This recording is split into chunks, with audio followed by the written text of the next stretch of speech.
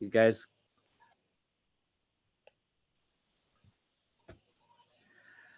welcome to our shir on our lecture on Rambam Mor Nebuchim.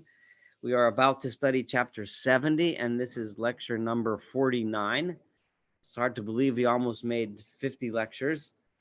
And the last time we learned together, we learned about how God is what Rambam calls the first cause, the cause of everything. So we can use the term anything that happens in the world. It would be appropriate to say about it that it's God's doing, because He's controlling everything, and created everything and made everything work the way it works. Now, when we're about to do the next chapter, Rambam is going to go back to a familiar language where he discusses the meanings of certain words that might give one the idea that God has some sort of anthropomorphic quality, like something that calls God, and he's going to address that, but it's related to what we talked about the last chapter in the following sense. Number one, we need to remember that in the days of the Rambam, and pretty much all days preceding then, it was assumed that the world was the Earth, planet Earth, what we would call planet Earth, was the center of the universe, and the heavens revolved around it in spheres. Like it was almost like one of these one of these Russian dolls, where there's something on the inside, then there's another layer, another layer, another layer, and those layers revolve around.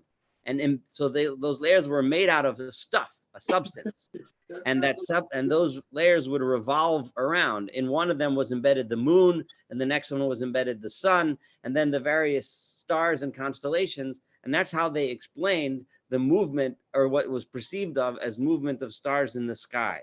Now, Rambam famously in many locations says that Chazal, when they made statements regarding scientific issues, that Chazal were using the science as they understood it in their time.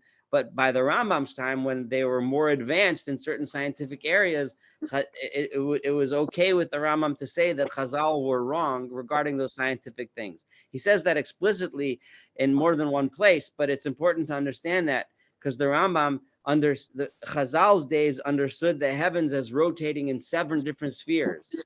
Now, over time, as astronomical knowledge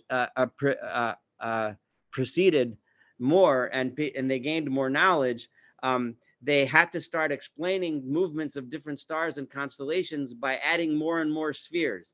So by the time the Rambam, there was more than 7 spheres.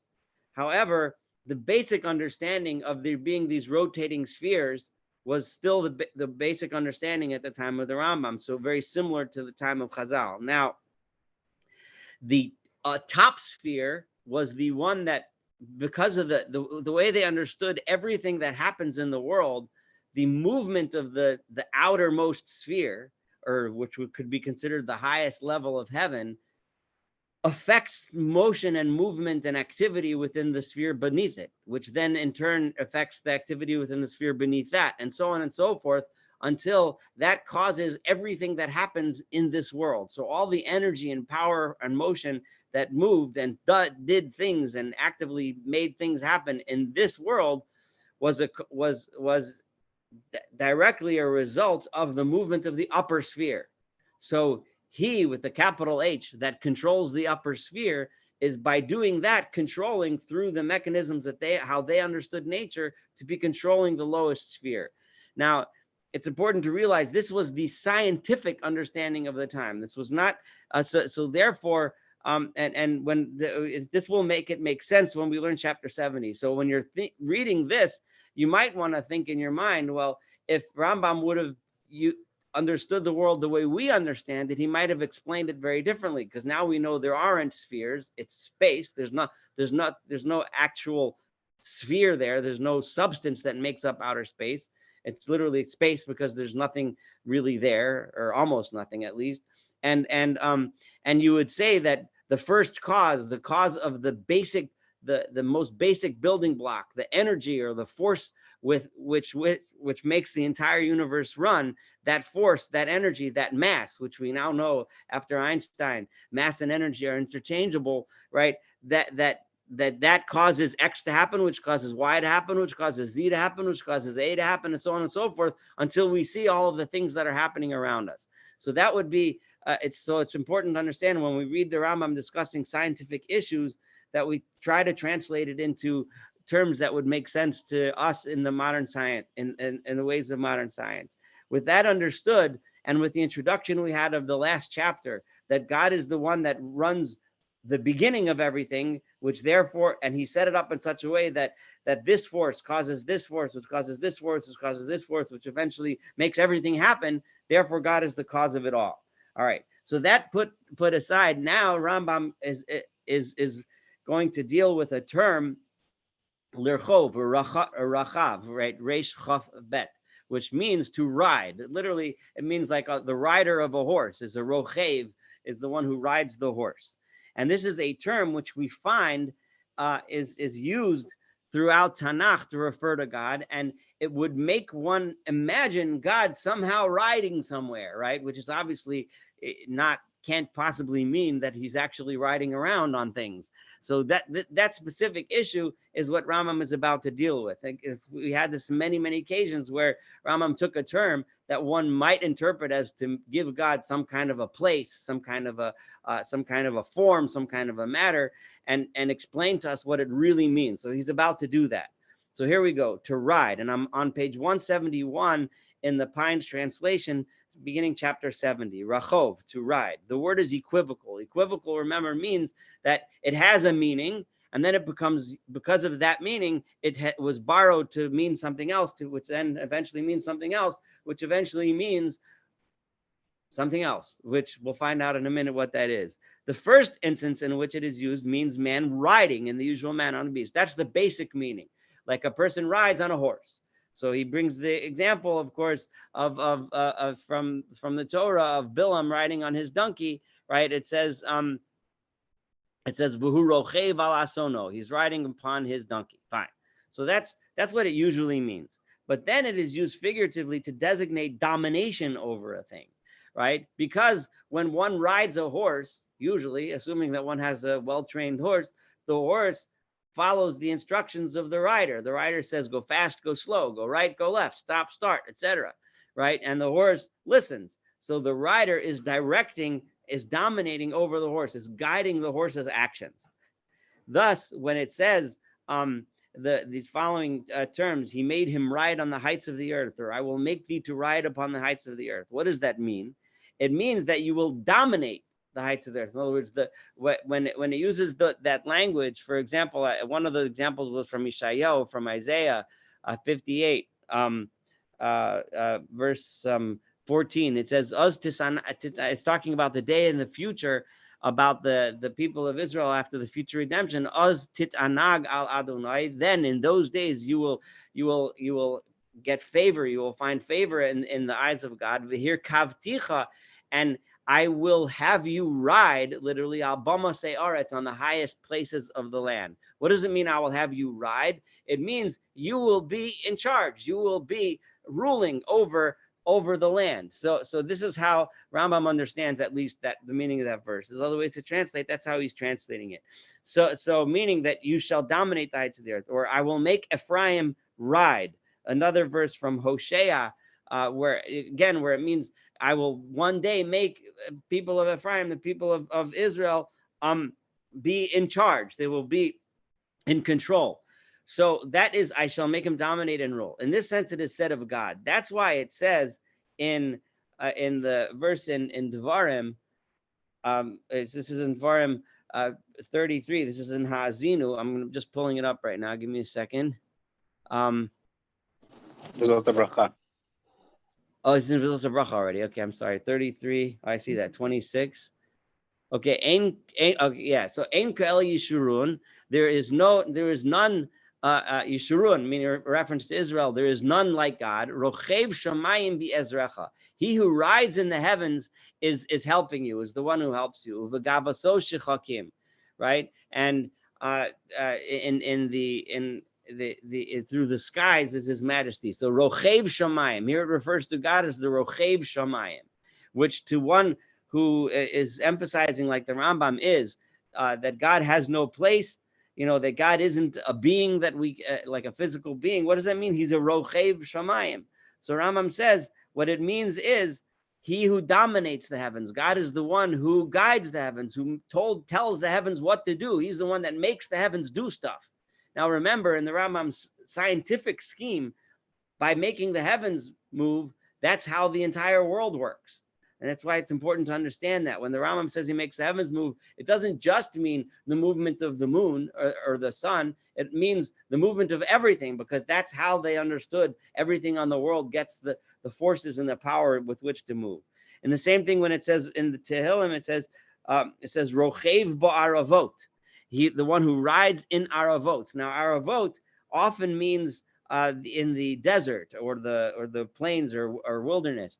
But aravot there, Chazal understand to mean the highest level of heaven. So the Chazal had names for each of the 7 layers of heaven, and the highest level is called aravot. So God being the Rochev ba'aravot, he's the one that rides there. What does it mean? It's not meaning obviously God's riding on a horse up in the heavens, right? Which someone might think. What it means is that he's the one who controls aravot, and via that controls the whole world. So the textual words of the sages, I'm in the next paragraph now, may their memory be blessed, which are repeated in every relevant passage, assert that there are 7 heavens, and the aravot is the highest, encompassing the universe. So the aravot is the highest level of heaven, which surrounds the entire universe.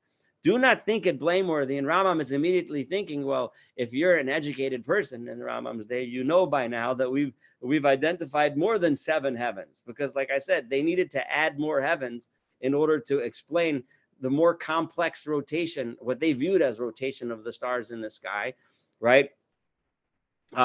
So the Rambam is saying, don't let it bother you that Chazal didn't get the fact that there were more than 7, okay? Because this to the Rambam is not a problem. Do not think it blameworthy that according to the reckoning there were 7 heavens, whereas there are actually more than that. I just turned the page.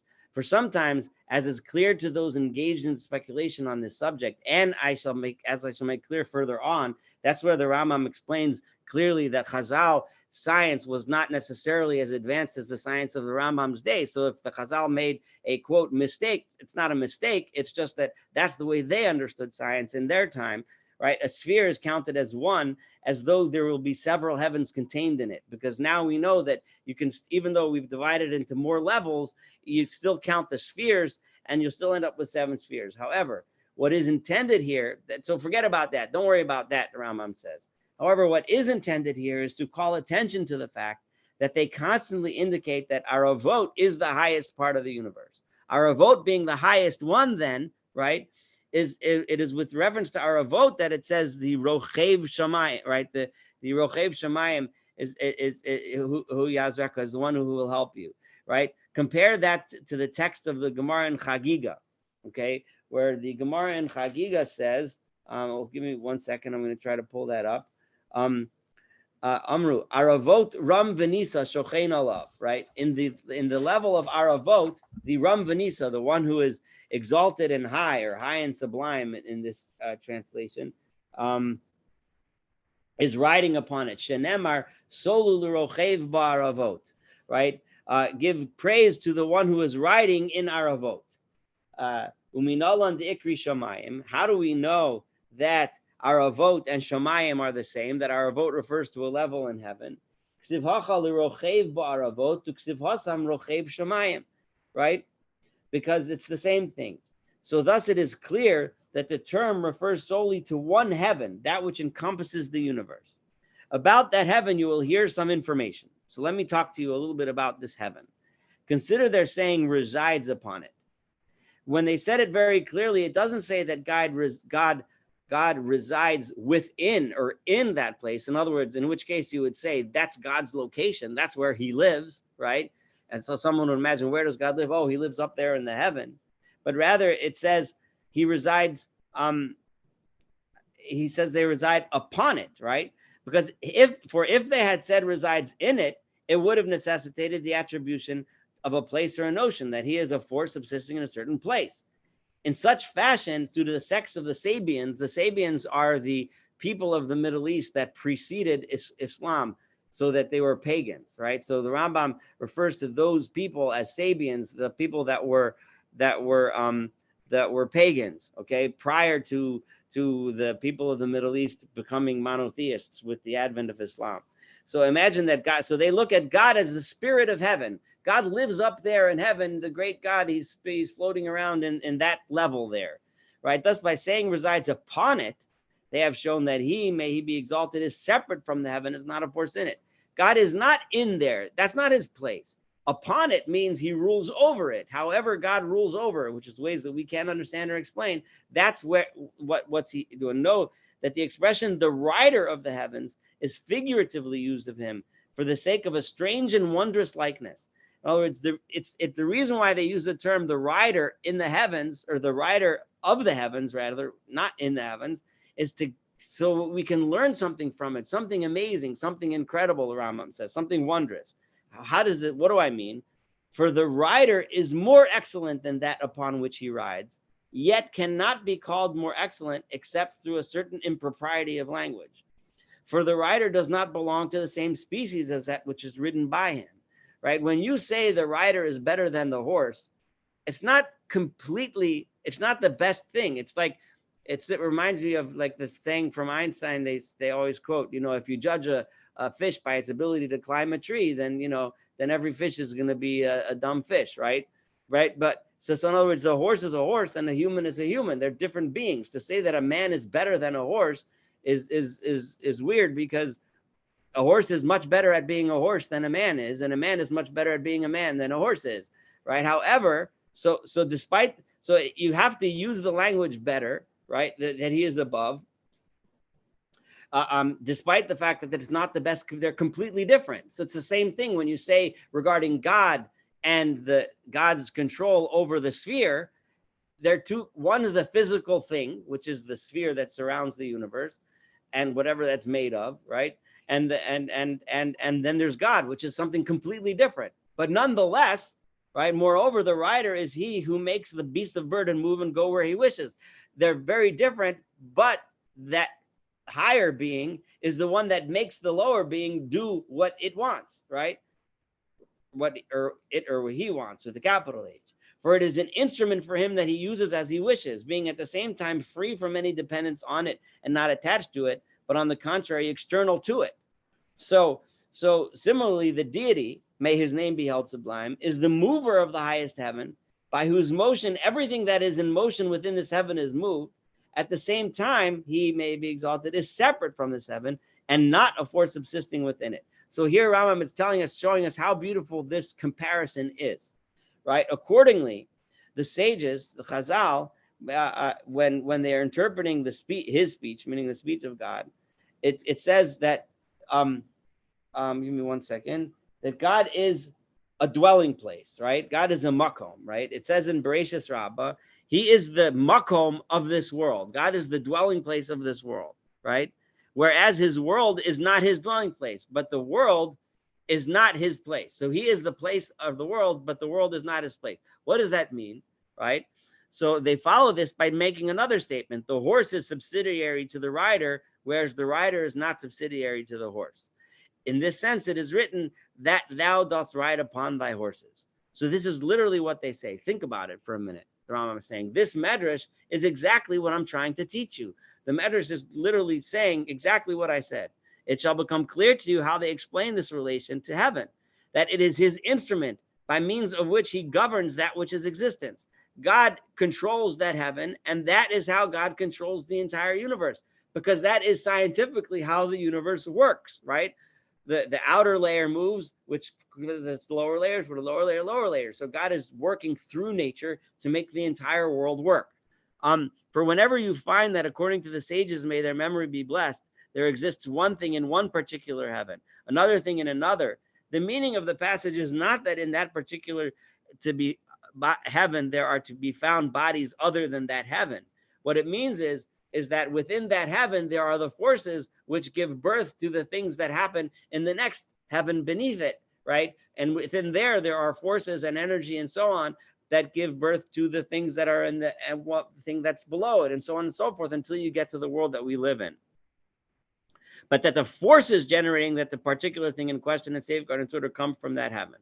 A proof of what I've said to you is they're saying when it says aravot, that in which exists, what exists in the level of aravot, the following forces, the following energies, the following, I don't know, vibes, or however you want to use it, the following karmas, if you will, are righteousness, right dealing, justice, the treasures of life, the treasures of peace, the treasures of blessing, the souls of the righteous, the souls and spirits that shall be created in the future, and the dew by means of which the Holy One, blessed be he, will revive the dead. So in other words, these are all things, and Rama makes it clear, now it is clear that now one of all the things they have enumerated is a body, so there that which can be located in a place. So it's specifically saying that within that heaven are all of these energies and forces which affect the world below it, right?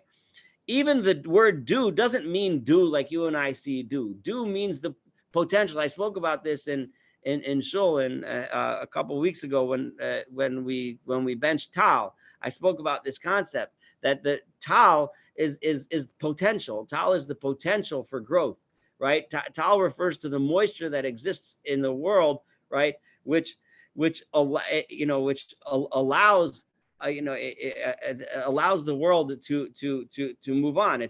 Tal refers to potential, and without going too much, and that's exactly what the Rambam is saying here. That the reference to Tal, the reference to dew, is not specifically referring to drops of water in this particular instance. It's referring to the potential energy of growth that exists in this highest level of heaven, which therefore exists below it, and so on and so forth. Consider, Even in the remember. desert, there's dew. Say it again. Even in the desert, there's dew, as Yeah, opposed to rain. right. It's So it's everywhere because the potential for growth is everywhere, right? And so therefore, and remember when the Rambam is saying this, you have to understand he's explaining natural science, right? The Rambam is not explaining here a Kabbalistic concept, even though this does have parallels in Kabbalah, but leaving that aside for a minute, because remember, this is how Aristotelian philosophers and scientists understood how the world works, that within the upper spheres are the movement of the upper spheres is the energy by which the spheres beneath it move, and that movement eventually translates into the energies and forces that make existence on this planet work, right? So consider that they said in this passage that in which, I mean to say, those things that are in that level of Aravot, right? They did not say the things that are upon it, right? Thus they have, as it were, given the information that these things existent in the world only exist because they proceed from forces coming from the Aravot of God, may he be exalted, who caused the Aravot to be their first origin and who situated them in it, who made the world work this way, who made the universe so that within the upper spheres there should be the energies and forces that are potentially are able to move and make things happen in the lower spheres. God created it that way. To these things belong the treasures of life. So the entire power for the existence of life on this world is there because that potential is in the layer of Aravot, and that was made by God, and God is the one that gives it the power to exist. In fact, it is correct and the absolute truth to say that every life existing in a living being only proceeds from that life, as I shall subsequently mention, which we're going to learn in a week or two in chapter 72. Rambam is going to show how the forces that exist in the Aravot, in the upper sphere of heaven, which Rambam is telling us now are placed there by God and given their force and energy by God. It's directly from those forces that all of life on our lowest level on this planet Earth exists. Reflect also that they enumerated in the list. Now, in that list was also the soul of the righteous ones, and the souls and the spirits that shall be created in the future. How sublime is this notion to him who has understood it? What does that mean? The souls of the righteous ones and the souls that shall be created in the future, right? Think about that for a minute. So Rambam says, for the souls that remain after death are not the same soul that comes into being in man at the time he is generated, right? When a human being is created, he or she has a soul, right? Right? He has a life force, something that gives that person life, right? But that soul, which in the Rambam's philosophy, and we've mentioned this before, is embodied by his intellect, right? Now, that so it had this life force embodied by the intellect gives this body, this human being life. What he has when he's born or she's born is not the same as what he or she has later on. Right? For that which comes into being at the time the man is generated is merely a faculty consisting in preparedness, right? In other words, it's potential. Rambam discussed this last time, right? Also, the idea of being a creator, but having the potential to be a maker, right? In other words, it's in you. The soul has the ability to do it, but it hasn't yet done it, right? Whereas the thing after death is separate from the matter, right? Once a person's body dies and that soul is now something else, right? It is the thing that has become actual. Now that soul, that intellect has become something. It has achieved something, right? It is not this. So it is not the same soul as it was before. The latter is identical with the spirit that comes into being. But I'm sorry, let me read this sentence again. Whereas the thing that after death is separate from matter is the thing that has become actual, and not the soul that also comes into being. The latter, in other words, the soul is identical with the spirit that comes to being. So the soul and the spirit is what they had at first, right? But then the soul that exists at the end is something different, right? Is what has become actual. It's not just potential. Because of this, the sages have numbered the souls and spirits among the things that come into being, right? The souls and spirits are listed among those things that come into being. What is separate, on the contrary, is one thing only. We have already made clear the equivocality of the term spirit. We discussed the idea of the word term ruach. We talked about that before. We have likewise made clear in the last portion of the Book of Knowledge, that's from the Rambam in the Sefer Hamada, the equivocality regarding these terms. So now, in other words, when it says that within the heavens are the souls, it means within the highest layer of heavens are the potential forces that can give life to the world, to the people on this world, which may eventually one day grow into becoming the kind of soul, the neshama that exists after a person passes. Consider accordingly that these strange but correct notions attained by the speculation of the most sublime of those who have philosophized are found scattered in the midrashim, right? These ideas that I'm telling you that are strange, in other words, they're unusual, but they're important and they're correct.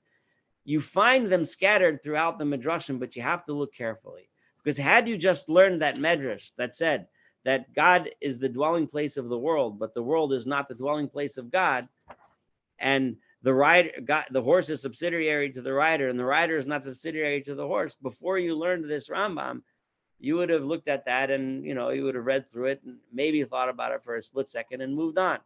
But now you look at it and you're seeing all these sublime notions, right? That God doesn't reside anywhere, but He's the one that makes the whole world work, and so on and so forth. When a man who has knowledge but is not equitable studies these texts, he laughs at them. If you have a little bit of knowledge and you read these silly things about God being a rider, they sound silly. It sounds ridiculous, right? He laughs at them at the beginning of his study because he sees that their external meanings diverge so widely from the true realities of existence. You're talking about God having a place, not having a place, God riding horses. It sounds like a joke.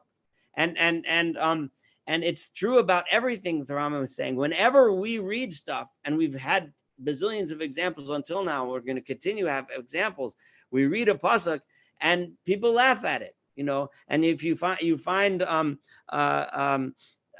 atheists do this all the time. If you take the plain meaning of the verse, and it sounds silly, it sounds ridiculous, But if you think for a minute about what it really means, then it means something extremely deep, and extremely, extremely meaningful. The cause of all this is, as we have told several times, is the enigmatic presentation of these things, is that it's presented in a certain way, which is due to the fact that they are too strange to be understood by the vulgar. And why is it presented in such a way? Because if I presented it, Rambam said, had it been presented in its truth, then simple-minded people wouldn't have been able to read it. It would have been completely not understood.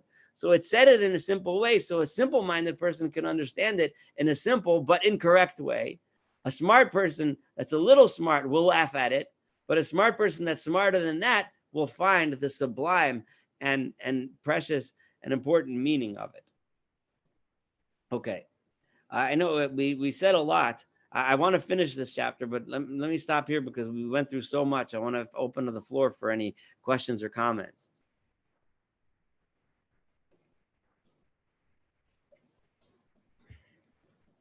If there aren't any, I'll move on. All right.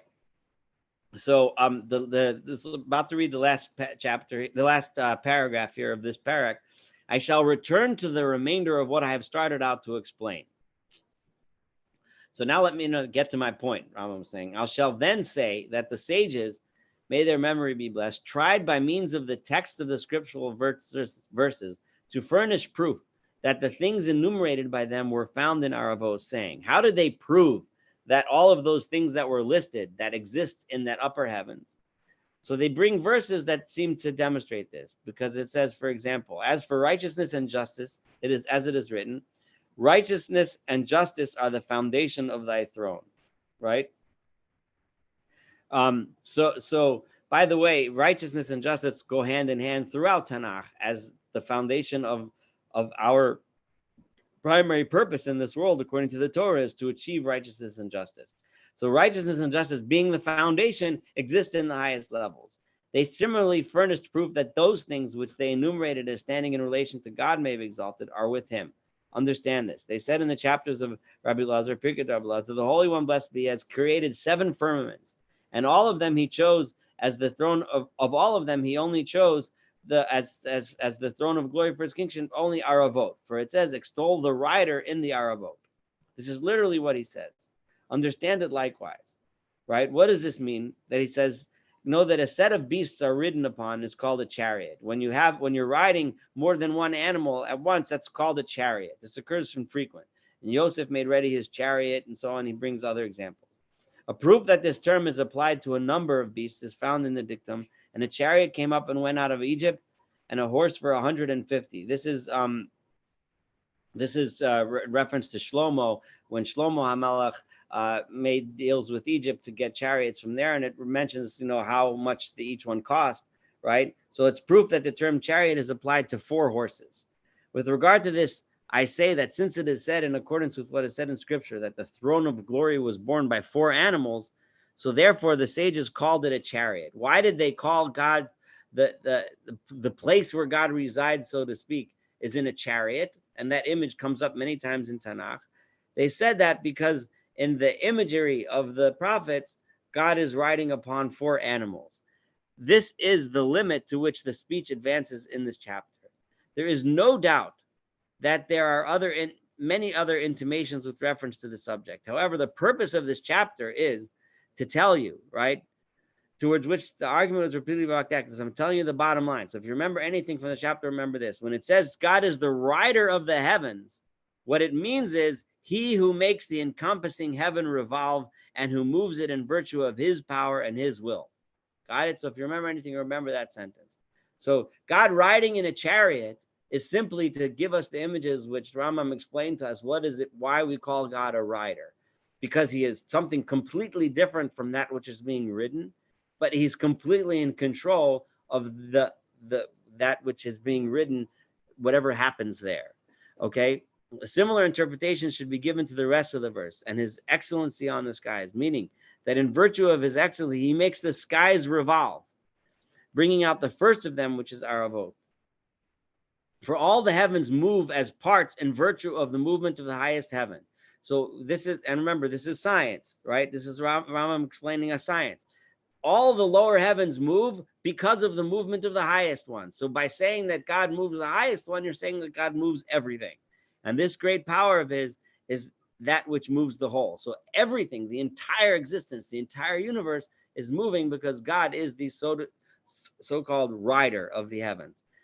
Because of this, the scripture calls it excellency. This notion should always be present in your mind with regard to new matters about which I shall speak. In other words, so when I talk to you about how things happen in this world throughout the rest of this book, you remember that God is the one controlling the entire sphere, everything. right? For it is the greatest proof through which one can know the existence of the deity. I mean, the revolution of the heaven, as I shall demonstrate. Because I'm going to demonstrate to you that something moves something, which moves something, which moves something, but something has to move that final something. And what's that final something? The outermost sphere. And who is that moves it? That is God. Understand this, okay? If you want to try to understand that in a more modern scientific language, you would say that, like I tried to say before, because we don't see the world as spheres anymore. But we do see forces. We see forces, we see energy, we see matter that makes up something that we look at. And then we drill down further, right? In our case nowadays, it's smaller and smaller and smaller to the atomic levels. But something makes this happen that way, and something makes that happen that way, and something makes that happen that way, until we get to the most basic of the forces. What's making that move? God, right? And therefore, God is making everything else move. And that would be how I would, try to make this have a meaning to someone with a more modern scientific understanding of things. So that completes this chapter.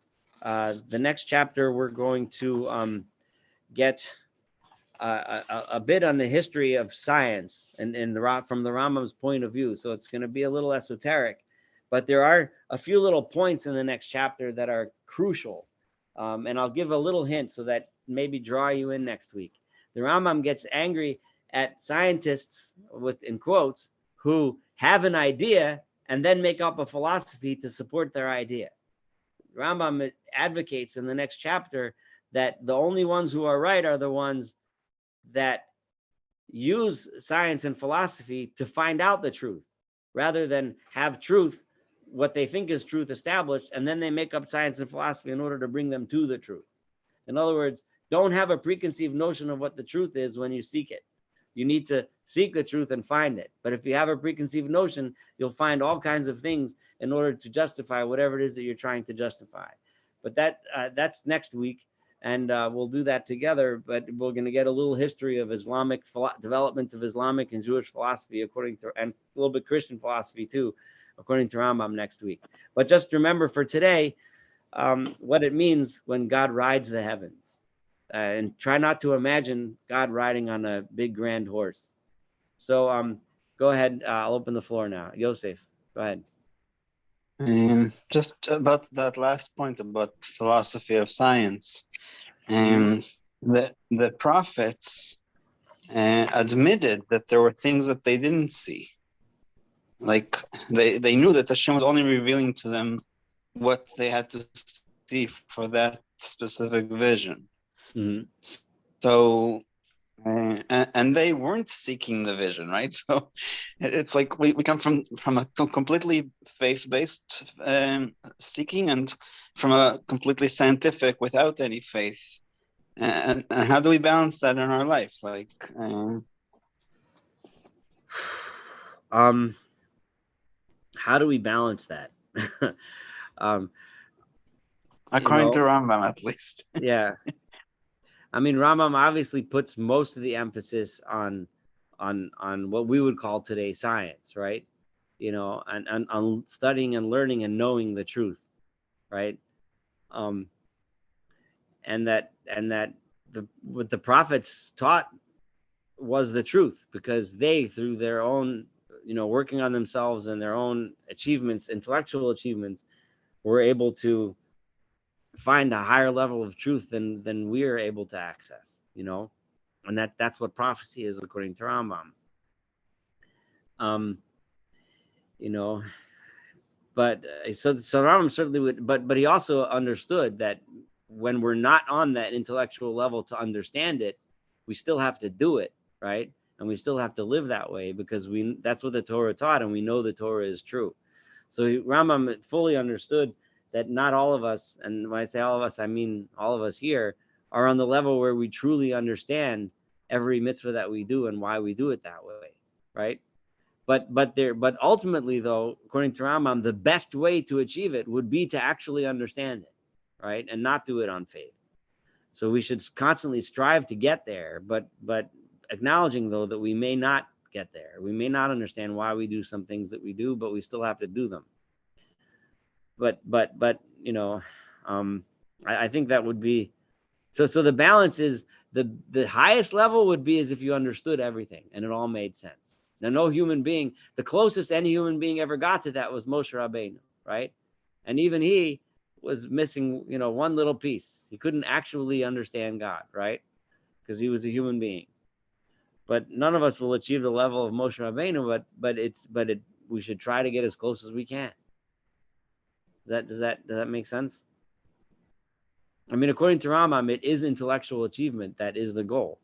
We're supposed to try to understand it, and that's the highest level. Thank you. That's a good explanation. Yeah. Any other observations, questions? I'm going to warn you that we're approaching near the end of this book. You're going to see next week. I mean, there are parts that are simply not the most exciting, but we're going to go through them anyway. So bear with me, because I promise you that within the when we're learning about the history of the Mutakalamun and the Kalam and the various Islamic schools, we might lose a few people along the way. But I beg you to hang in there, because within those discussions, you're going to find little tidbits that are gems that are very relevant to us. I mean, to be honest, I couldn't care that much about the history of the Muttaka. It's just not something that I'm that interested in. But when you read how Rambam handles it, it has a lot of relevance to us, and it's important because there are building blocks. But then as we get to book 2 and 3, there's going to be tons and tons of stuff that are just going to there's a lot of exciting and fun things in there. So we got to hang through all of the parts, whether as exciting as they might seem on the surface. If there's no other comments, I'm going to close up shop for the evening. Thank you. All right. Have a wonderful evening, and looking forward to next week. Thanks a lot. Sure. Yes. Bye-bye.